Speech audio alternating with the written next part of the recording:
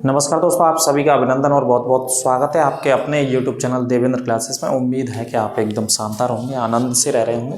Topic है हमारा current affairs का। करंट अफेयर्स में हम चर्चा करेंगे टॉप 50 करंट अफेयर्स के क्वेश्चंस हैं जी। अगर महीनों में बात करें तो 2024 के करंट अफेयर्स के क्वेश्चंस हैं। फरवरी या मार्च के समथिंग इन महीनों की घटनाओं के पॉइंट हैं ये, है ना। तो अंत तक रहें, काफ़ी महत्वपूर्ण एक एक पॉइंट है मेरे साथ, इंपॉर्टेंट पॉइंट है। एक एक साथ क्लास को शेयर करें और लाइक करना ना भूलें, ठीक है। तो चर्चा करते हैं करंट अफेयर्स का एक एक महत्वपूर्ण प्रश्न, समझिए आराम से। तो देखिए 2035 है ये वर्ष। वीडियो क्वालिटी को सेटिंग्स वाले ऑप्शन में जाकर के उससे क्वालिटी को इम्प्रूव कर लें जिससे अच्छा दिखेगा। 2035 तक भारत अंतरिक्ष स्टेशन स्थापित करेगा, ऐसी घोषणा की गई। क्या की गई है? घोषणा की गई है सरकार के द्वारा कि 2035 तक भारत सरकार यानी कि इसरो जो हमारी अंतरिक्ष एजेंसी है उसके द्वारा अपना अंतरिक्ष स्टेशन स्थापित किया जाएगा 2035 तक। नोट कर लेना, यह अभी हाल ही में घोषणा की गई थी सरकार के द्वारा। दूसरा पॉइंट है, कंपनी है हमारे यहाँ की इंडस्ट्री है बहुत बड़ी, भारतीय इंटरप्राइजेज। ये बहुत बड़ी कंपनी है, गूगल जाकर के सर्च करेंगे तो मिलेगा आपको। भारतीय इंटरप्राइजेज के संस्थापक हैं सुनील मित्तल, ठीक है। क्या नाम है? सुनील मित्तल को ब्रिटेन के राजा हैं इस समय चार्ल्स थर्ड। ब्रिटेन के राजा कौन है? Charles third. तो चार्ल्स थर्ड ने इनको नाइटहुड की उपाधि से सम्मानित किया है। कौन सी उपाधि से? नाइटहुड। ये उपाधि अभी हाल ही में मार्च के महीने में दी गई है, नाइटहुड की उपाधि। ये हमारे भारत के उद्योगपति हैं, काफ़ी प्रसिद्ध उद्योगपति हैं। इनका नाम है सुनील मित्तल को नाइटहुड। जैसा कि आप जानते हैं देश की आज़ादी से पहले नाइटहुड की उपाधि दी जाती थी, कई नेताओं को दी गई थी जो भारत की आज़ादी की लड़ाई लड़ रहे थे, है ना। जैसे कि रविंद्रनाथ टैगोर को नाइटहुड की उपाधि दी थी ब्रिटिश सरकार ने, फिर उन्होंने वापस कर दी थी जलियांवाला बाग हत्याकांड के समय, है ना। सर सैयद अहमद खान को भी सर या नाइटहुड की उपाधि दी गई थी। तो इस तरीके की उपाधियाँ ब्रिटिश सरकार के द्वारा जब देश हमारा गुलाम था या उनकी हुकूमत थी भारत के ऊपर, उस समय दी जाती थी। लेकिन आज़ादी के बाद अभी हाल ही में जो इनको दी गई है पहली उपाधि सुनील मित्तल को। एक प्रधानमंत्री ने योजना शुरू करी है, प्रधानमंत्री सूर्य घर योजना। सूर्य घर से समझ रहे हैं, सौर योजना है ये। सौर जो सौर ऊर्जा हम पढ़ते हैं ना, वो वाली योजना है ये, प्रधानमंत्री के नाम से शुरू की गई है। सूर्य घर योजना को 13 फरवरी 2024 को शुरू किया है प्रधानमंत्री जी ने, नोट कर लेना। इसमें सरकार ने 1 करोड़ लोगों को, लिख लेना ब्रैकेट में, 1 करोड़ लोग जो गरीबी रेखा से नीचे जीवन यापन कर रहे हैं, मध्यम परिवार वर्ग में आते हैं, उन 1 करोड़ लोगों को इस योजना में जोड़ा जाएगा। उन 1 करोड़ को भारत सरकार की तरफ से सौर ऊर्जा दी जाएगी, जिससे कि लाइट का जो बिल आता है, बिजली का जो बिल आता है, उससे वो बच सकेंगे, है ना, क्योंकि वो भी एक बहुत बड़ा लोड होता है गरीब परिवारों के ऊपर। तो इस योजना का जो उद्देश्य होगा, पीएम सूर्य घर योजना 13 फरवरी, नोट कर लेना। और 13 फरवरी को राष्ट्रीय महिला दिवस भी मनाते हैं भारत में, ये भी नोट कर लो ब्रैकेट में। 13 फरवरी को राष्ट्रीय महिला दिवस मनाते हैं सरोजिनी नायडू जी की याद में, जो कि भारत की पहली महिला राज्यपाल थी और भारत में उत्तर प्रदेश की पहली महिला राज्यपाल थी सरोजिनी नायडू, जो 1947 से 1949 तक का इनका कार्यकाल था। इनका जन्म हैदराबाद में हुआ था, सरोजिनी नायडू जी का, नोट कर लीजिएगा। अगले पॉइंट की बात करेंगे। 29 फरवरी 2024 को प्रधानमंत्री ने विश्व की पहली वैदिक घड़ी को कहाँ पे उद्घाटन किया? उज्जैन में उद्घाटन किया था। स्थापित लिख दिया मैंने, उद्घाटन किया था, लिख लेना। विश्व की पहली वैदिक घड़ी, वैदिक का मतलब वेदों से संबंधित समथिंग कुछ इस घड़ी को डिजाइन किया गया है, तो वैदिक घड़ी इसको कहा गया है। एमपी के उज्जैन में, उज्जैन कहाँ पड़ता है? मध्य प्रदेश। एमपी के उज्जैन में स्थापित किया, 29 फरवरी को उद्घाटन किया। तमिलनाडु में नवपाषाणकालीन, कौन सा काल है ये? नवपाषाणकालीन के समय के एक बच्चे की कब्रगाह के प्रमाण मिले पुरातत्व विभाग के लोगों को तमिलनाडु में, ये लिख लेना, है ना। जैसे पूरा पाषाण काल पढ़ते हैं, है ना, मध्य पाषाण काल पढ़ते हैं और लास्ट में अंत में नव पाषाण काल। तो उस समय की एक कब्र मिली है, बच्चे के कंकाल उसमें मिले हैं। तमिलनाडु में अभी हाल ही में प्रमाण मिला था, नोट कर लेना। पाकिस्तान में चुनाव हुए हैं हमारे पड़ोसी देश में, तो शहबाज शरीफ पाकिस्तान के दूसरी बार प्रधानमंत्री बने। कौन सी बार प्रधानमंत्री बने? दूसरी बार प्राइम मिनिस्टर ऑफ पाकिस्तान बने शहबाज शरीफ। और कुल टोटल मिलाकर के पाकिस्तान के अभी तक 24 प्रधानमंत्री बन गए, कितने प्रधानमंत्री बन चुके हैं? 24 प्रधानमंत्री बन चुके हैं पाकिस्तान में। पाकिस्तान की राजधानी इस्लामाबाद है, पाकिस्तान की आर्थिक राजधानी कराची है। और पाकिस्तान का भारत से जो सटा हुआ हिस्सा है वो पंजाब है उस तरफ का, हमारा भी पंजाब है इस तरफ, उनका भी पंजाब है उस तरफ। उनके पंजाब की राजधानी लाहौर है और हमारे पंजाब की राजधानी चंडीगढ़ है। जहाँ बाघा बॉर्डर और अटारी बॉर्डर है। बाघा बॉर्डर आप जानते हैं परेड होती है, अटारी बॉर्डर व्यापार होता है जो साइड से ही है। अमृतसर में है जहाँ पर स्वर्ण मंदिर भी स्थित है और जलियांवाला बाग भी स्थित है अमृतसर, जो कि पंजाब का एक शहर है। ठीक है, नोट कर लेना।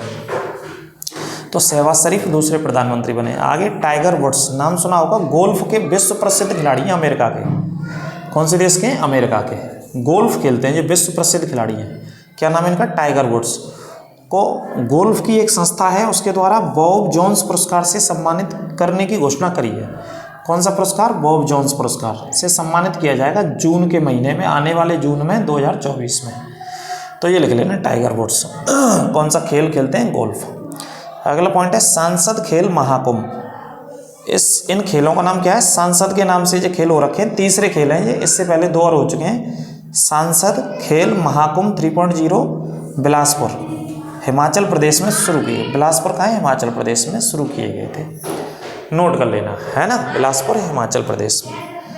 अगला पॉइंट है भारत की पहली अंडर वाटर मेट्रो। भारत की पहली अंडर वाटर मेट्रो, यानी कि ये भारत की पहली है, नोट कर लेना, बहुत इंपॉर्टेंट पॉइंट है, most important, very very important point है। भारत की पहली अंडर वाटर मेट्रो, यानी कि पानी के नीचे बनाई गई है, सुरंग बना करके मेट्रो। पानी ऊपर है, उसके नीचे सुरंग बनाई गई है, उसमें मेट्रो में आप सफ़र कर सकते हैं। तो भारत की पहली अंडर वाटर मेट्रो का उद्घाटन अभी प्रधानमंत्री जी ने किया है और ये कलकत्ता में बनाई गई है और कलकत्ता में हुगली नदी के नीचे बनाई गई है। कलकत्ता में कौन सी नदी बहती है? हुगली नदी, जो कि गंगा की एक उपनदी है, यदि गंगा में से ही निकलती है जी हुगली नदी। ठीक है, तो नोट कर लेना भाई साहब। 16.6 किलोमीटर इसकी लेंथ है, लंबाई है, और नदी का भी नाम इधर आप लिख लीजिएगा, हुगली, और ब्रैकेट में कोलकाता शहर। 2024 को कलकत्ता में शुरू की गई, ये पूरा पॉइंट लिख लेना। अगला पॉइंट है भारत का पहला राष्ट्रीय डॉल्फिन अनुसंधान। डॉल्फिन मछली का, जो डॉल्फिन राष्ट्रीय मछली है ना हमारी, उसके रिसर्च के लिए पटना में अनुसंधान संस्थान स्थापित किया गया, पहला है ये। ठीक है, अगला पॉइंट है मिस्र के तीसरी बार राष्ट्रपति चुने गए अब्दुल फतेह अल सीसी। मिस्र देश में तीसरी बार राष्ट्रपति चुने गए। मिस्र में अभी हाल ही में चुनाव हुए हैं, तो तीसरी बार राष्ट्रपति चुने गए अब्दुल फतेह अल सीसी। और मिस्र में राष्ट्रपति का कार्यकाल 6 साल का होता है, ये भी लिख लेना। मिस्र की राजधानी कायरा है, जो कि नील नदी घाटी के रूप में बहुत प्रसिद्ध है। दुनिया की सबसे लंबी नदी नील नदी या नाइल नदी इंग्लिश में बोले तो मिस्र में अधिकांश ज़्यादातर क्षेत्रफल कवर करती है, और इसे नील नदी का वरदान भी कहा जाता है, क्योंकि वहाँ कपास की खेती होती है इसी नील नदी के आसपास के इलाकों में। दुनिया का प्रसिद्ध बांध भी स्थित है, एक अस्वान बांध इसी नील नदी पर स्थित है, जो कि नील नदी मिस्र से दक्षिण में और ज़्यादा दक्षिण में आएंगे तो युगांडा और केन्या के पास स्थित विक्टोरिया झील से निकलती है, जो कि अफ्रीका की सबसे बड़ी झील पड़ते हैं विक्टोरिया झील। ठीक है, ये नोट कर लेना। कोई दिक्कत हो तो बताइएगा, क्लास को शेयर करते चलें। बहुत मोस्ट इंपॉर्टेंट पॉइंट है। 4 मार्च को गर्भपात को कानूनी मंजूरी देने वाला विश्व का पहला देश फ्रांस बन गया है। फ्रांस विश्व का पहला देश बन गया है। इसने संवैधानिक मान्यता दे दी है, अपने कानून में बदलाव, अपने संविधान में बदलाव करके संवैधानिक मान्यता महिलाओं को दे दी है कि गर्भपात कराना ना कराना ये उनका अधिकार है, महिलाओं का अधिकार है। ऐसे ही गर्भपात वाले कानून को अमेरिका ने हाल ही में रोक दिया है अपने यहाँ। अमेरिका भी चर्चा में था अखबारों में, वर्ष 2022 में अमेरिका ने रोक लगा दी है, और फ्रांस विश्व का पहला देश बन गया है गर्भपात को कराने के लिए कानूनी मंजूरी देने वाला। अब महिला चाहे तो करा सकती है, यानी कि लीगल रूप से संवैधानिक मान्यता दे दी है। दुनिया का पहला मुल्क फ्रांस बन गया है, नोट कर लेना। भारत की बात करें तो भारत में गैर कानूनी अपराध है ये। आप हॉस्पिटल्स देखेंगे, अस्पतालों में देखेंगे तो वहाँ साफ अक्षरों में लाइन लिखी रहती है, दिशा निर्देश होता है। यदि कोई इस तरीके की चीज़ों को एक्टिविटीज़ करता है अपने हॉस्पिटल्स में तो कानूनी कार्रवाई की जाएगी, हॉस्पिटल्स भी बंद हो जाएंगे, सील हो जाएगा, बहुत सारी कार्रवाइयाँ। तो भारत में गैर कानूनी काम है, कानूनन नहीं है। फ्रांस पहला देश बन गया इसको कराने वाला। अगला पॉइंट है, मुख्यमंत्री योगी जी ने मिशन युवा, एक योजना शुरू करी है, मिशन युवा, एम युवा योजना शुरू करी है अभी हाल ही में। इस योजना के तहत स्किल जो होगी बच्चों की, है ना, बच्चों को कौशल से संबंधित कुछ ना कुछ सिखाने से संबंधित एमएसएमई छोटे जो उद्योग होंगे उनको स्थापित करने के लिए 5 लाख रुपए तक की मदद दी जाएगी इस योजना के तहत। ये हाल ही में शुरू करी है उत्तर प्रदेश की योजनाएं, अच्छे से नोट कर लेना। एम युवा यानी कि मिशन युवा योजना, सीएम योगी मुख्यमंत्री जी ने। अगला पॉइंट है अंतर्राष्ट्रीय महिला दिवस। आप जानते हैं 8 मार्च को मनाते हैं। सबसे पहले 1975 में मनाया गया था संयुक्त राष्ट्र संघ के द्वारा। अंतर्राष्ट्रीय महिला दिवस 8 मार्च को मनाते हैं और राष्ट्रीय महिला दिवस 13 फरवरी को मनाते हैं। दिवस बहुत मोस्ट इंपॉर्टेंट है जो कि कई बार एग्जाम्स में पूछे, और यूपी पुलिस में तो एक एक सेट में 3-3 दिवस आए, यानी कि एक प्रश्न 2 नंबर का है, 6-6 नंबर के तो दिवस आए जीके में, नोट कर लेना। सबसे पहले कब मनाया गया? 1975 में। स्वीडन की राजधानी आप जानते हैं क्या है? स्टॉकहोम। स्वीडन यूरोप महाद्वीप का देश है जो स्कैंडिनेवियन देशों में आता है। कौन से देशों में आता है? स्कैंडिनेवियन, जिसमें नॉर्वे, स्वीडन और फिनलैंड हम पढ़ते हैं। कौन से? एक नॉर्वे पढ़ते हैं, एक स्वीडन, एक फिनलैंड, है ना। इन्हें तो फिनो स्कैंडिनेवियन भी कहते हैं। वैसे नॉर्वे, स्वीडन और इसके अलावा एक आध कंट्री और डेनमार्क, इन देशों को मिलाकर के स्कैंडिनेवियन देश कहते हैं। फिनलैंड को मिला लेंगे तो फिनो स्कैंडिनेवियन देश बोलते हैं। तो 3-4 देश हैं, इनको एक संज्ञा के तौर पे जाना जाता है ना, एक उपाधि, एक समूह कह सकते हैं, वहाँ पे मिला करके बोलते हैं देशों की स्थिति को, है ना। तो उसमें से स्वीडन एक देश है जिसकी राजधानी स्टॉकहोम है। ये नोबेल पुरस्कार भी देता है विश्व में। कौन से पुरस्कार देता है? नोबेल। तो नाटो का 32वां सदस्य देश बन गया है। कौन सा देश बन गया? 32वां, ये नोट कर लेना। इससे पहले फिनलैंड बना था 31वां सदस्य नाटो। नाटो क्या है? नाटो एक सैन्य संगठन है जिसकी स्थापना 4 अप्रैल 1949 को हुई थी। इसका मुख्यालय बेल्जियम, यूरोप की राजधानी ब्रुसेल्स में स्थित है, जिसको लीड करता है, नेतृत्व करता है अमेरिका। इसमें 30-31, अब टोटल कितने देश हो गए? 32। तो 32 देशों की सेनाएं इसमें शामिल है। कितने देशों की? 32 कंट्रीज सेनाएं इसमें शामिल है ना। तो 32 देश हो गए और 31वां लिख लेना। भारत का पहला सरकारी OTT प्लेटफॉर्म, जिस सरकारी OTT प्लेटफॉर्म बनाया है भारत सरकार ने, सी स्पेस का शुभारंभ किया है। ये नोट कर लेना, जो भारत का पहला सरकारी OTT प्लेटफॉर्म है। OTT मूवी आप देखते हैं प्लेटफॉर्म से जाकर के, जैसे नेटफ्लिक्स और बहुत सारे नाम आपको मिलेंगे। तो सरकार ने कौन सा डिजाइन किया है? सी स्पेस के नाम से डिजाइन किया, ये पहला है। अगला है पनामा। पनामा देखो एक देश भी है और पनामा नहर भी है। पनामा क्या है? एक नहर भी है और पनामा के नाम से देश भी है। वही देश है और वहीं पर उसी के नाम से नहर जानी जाती है, ठीक है। तो ये पनामा नहर कहाँ पे स्थित है? तो पनामा नहर स्थित है उत्तरी अमेरिका और दक्षिणी अमेरिका के बीच में। उत्तरी अमेरिका और दक्षिणी अमेरिका के बीच में है। तो ये साउथ अटलांटिक को नॉर्थ अटलांटिक से जोड़ती है, उस तरफ अगर बात करें तो, है ना। शायद मेरे ख्याल से इसमें मिसमैच हो रहा है। सागर में बताऊंगा आपको। पनामा देश को पढ़ लेते हैं, नहर भी है पनामा, यहाँ से बहुत सारा व्यापार भी होता है, जो दोनों महाद्वीपों के बीच में है, उत्तरी अमेरिका और दक्षिण अमेरिका के बीच में है। तो देखिए अंतर्राष्ट्रीय गठबंधन में शामिल होने वाला 97वां देश बन गया है पनामा। बस इतना लिख लो, कौन सा देश बन गया है? 97वां। अंतर्राष्ट्रीय गठबंधन की स्थापना कब हुई? 2015 में हुई थी। इसका मुख्यालय आप जानते ही हैं कहाँ है? गुड़गांव में। इसकी स्थापना किसके कहने? प्रधानमंत्री जो हमारे हैं आदरणीय प्रधानमंत्री जी, उनके कहने पर उन्होंने एक प्रस्ताव रखा संयुक्त राष्ट्र में, तब इसकी स्थापना हुई थी। तो पनामा 97वां सदस्य बन गया इसका, ठीक है। पहला राष्ट्रीय क्रिएटर्स अवार्ड, ये प्रधानमंत्री जी ने भी हाल ही में दिए थे, जो बड़ी चर्चा में रहे थे जो अवार्ड्स। क्रिएटर्स मतलब जितने इंडिया में यूट्यूबर्स हैं जो अलग अलग शैली में हैं, चाहे कोई फूड की ब्लॉगिंग करता हो, चाहे कोई अच्छे इंटरव्यूज़ लेता हो अच्छे देश के पर्सनालिटीज़ का, या कोई अलग अलग क्षेत्रों में या यूट्यूबर्स बना रखे हैं, ठीक है। चाहे कोई आध्यात्मिक प्रवचन देता हो, चाहे कोई मोटिवेशनल स्पीकर्स हो, तो अलग अलग फील्ड के यूट्यूबर्स को प्रधानमंत्री जी के कहने पर दिल्ली में बुलाया गया और उनको अवार्ड्स दिए गए। ऐसे यूट्यूबर्स को मेरे ख्याल से अवार्ड्स दिए गए जिनके सब्सक्राइबर 1 मिलियन प्लस है, मतलब 10 लाख लोग जुड़े हैं उनके साथ। तो जी प्रधानमंत्री जी ने पहली बार ऐसे लोगों को दिया। तो क्या नाम रखा? पहला राष्ट्रीय क्रिएटर्स 8 मार्च 2024 को प्रधानमंत्री जी ने दिल्ली में।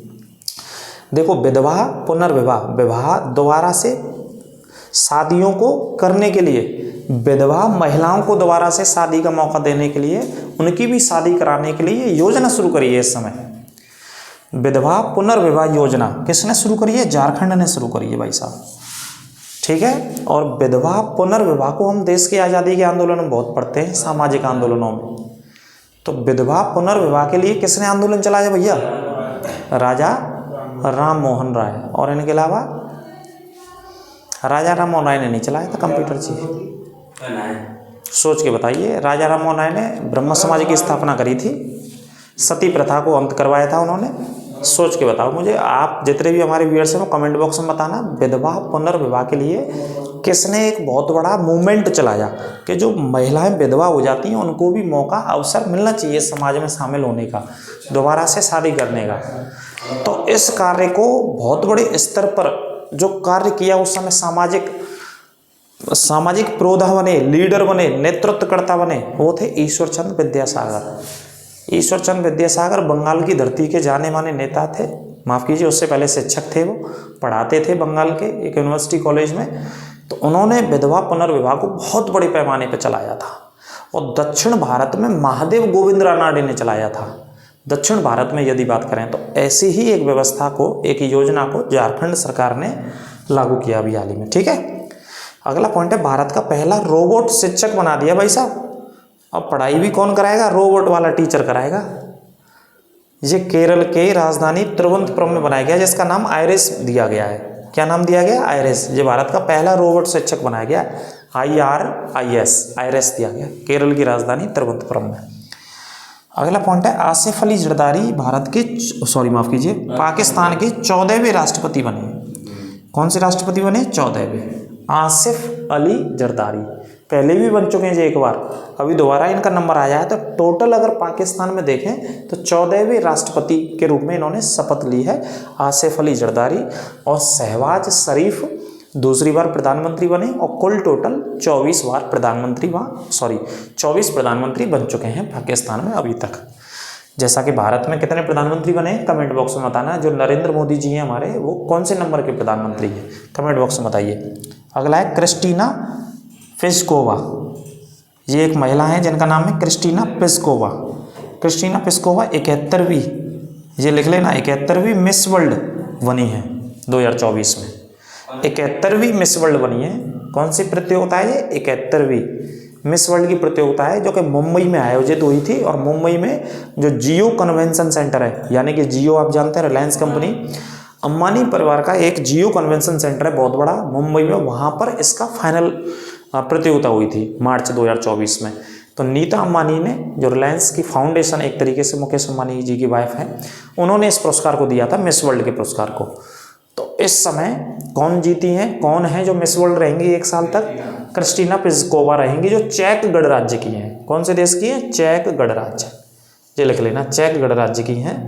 ठीक है, मिस वर्ल्ड का मतलब सुंदरता पे ही नहीं दिया जाता है, बहुत सारी चीज़ें इसमें देखी जाती हैं। ये क्रिस्टीना पिस्कोवा तंजानिया में असहाय बच्चों के लिए, हेल्पलेस बच्चों के लिए, तंजानिया अफ्रीका का देश है एक, जहाँ अफ्रीका की सबसे ऊंची चोटी भी है ना। जैसे कमेंट बॉक्स में आप बताइए अफ्रीका महाद्वीप की सबसे ऊंची चोटी कौन सी है?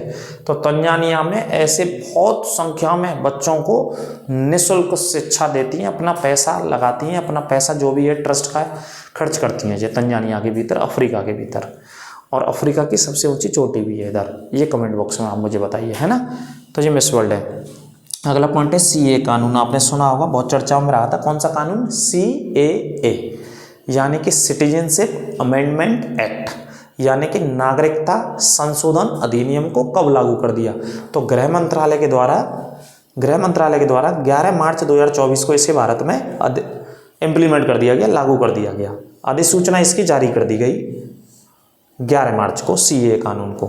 96वें ऑस्कर पुरस्कार। ऑस्कर आप जानते हैं, ऑस्कर पुरस्कार विश्व का सबसे बड़ा पुरस्कार है। ऑस्कर जो फिल्मों के क्षेत्र में दिया जाता है, पहला पुरस्कार या पहली बार ये 1929 में शुरू हुआ था अमेरिका में। कौन सा देश देता है इसको? अमेरिका देता है। ऑस्कर के शुभारंभ 1929 में हुआ, अमेरिका के लॉस एंजलिस शहर में दिया जाता है। ये लॉस एंजलिस अमेरिका का हॉलीवुड कहा जाता है, जैसे मुंबई बॉलीवुड कहा जाता है। ठीक है, ये नोट कर लेना। तो इस वर्ष 2024 में एक पिक्चर का नाम बता रहा हूं मैं, ओपनहाइमर ने कुल 7 पुरस्कार जीते। कितने पुरस्कार जीते हैं? 7 पुरस्कार, यानी कि बेस्ट पिक्चर का पुरस्कार भी, बेस्ट डायरेक्टर का पुरस्कार, बेस्ट एक्टर का, बेस्ट एक्ट्रेस का, सभी पुरस्कार जीत लिए इस पिक्चर ने। तो बेस्ट फिल्म कई बार पूछ ली जाती है कि ऑस्कर की बताइए, तो ओपनहाइमर, ठीक है। ऑस्कर पुरस्कार जो दुनिया का सबसे बड़ा फिल्मों के क्षेत्र में दिया जाने वाला है, जिसका शुभारंभ 1929 में हुआ था, अमेरिका के लॉस एंजलिस में दिया जाता है, ये नोट कर लेना। तो ये हमारी क्लास थी। कोई दिक्कत शक समस्या लगी तो कमेंट करके पूछ लीजिएगा, कोई दिक्कत नहीं, जल्दी पढ़ा दिए तो पूछ लीजिएगा, आपको जवाब दिया जाएगा। क्लास को ज़्यादा से ज़्यादा शेयर किया करो, ज़्यादा शेयर किया करो अपने मित्रों और दोस्तों के साथ। निःशुल्क हम पढ़ा रहे हैं यूपी पुलिस के लिए और सभी 1 दिवसीय परीक्षाओं के लिए। ये करंट अफेयर्स की इसी तरीके से आपको क्लास मिलेंगे। एक एक पॉइंट को रट लेना, बाहर नहीं जाएगा, ये गारंटी है भाई साहब। जितने पहले भी पढ़ा रखे हैं ना, तो वो भी बाहर नहीं गए जो पेपर रद्द हुआ आपका, और दोबारा जो पेपर होने आ रहा है, कुछ और मेहनत आपको एक्स्ट्रा एफर्ट करना पड़ेगा भाई साहब। 6 महीने बाद पेपर होगा, तो सभी बेहतरीन तैयारी के साथ जाएंगे। तो आप IPL के चक्कर में ना रहो, जितने 4 घंटे IPL को देते हो तो 4 घंटे पढ़ाई को दो, जिससे कि वर्दी मिल जाएगी। नहीं तो फिर देखते रहना, IPL तो दूसरी साल भी आएगा लेकिन ये वर्दी नहीं आएगी। गलत कह रहा हूँ कंप्यूटर जी? 60,244 पद हैं, तो पूरा एफर्ट लगाइए, पूरी ताकत से बच्चे आएंगे इसमें बैठने के लिए, ठीक है। तो मिलते हैं अगली क्लास में। इसको शेयर करिए अपने मित्रों और दोस्तों के साथ। सभी अपना ख्याल रखिए। नमस्कार, राधे राधे।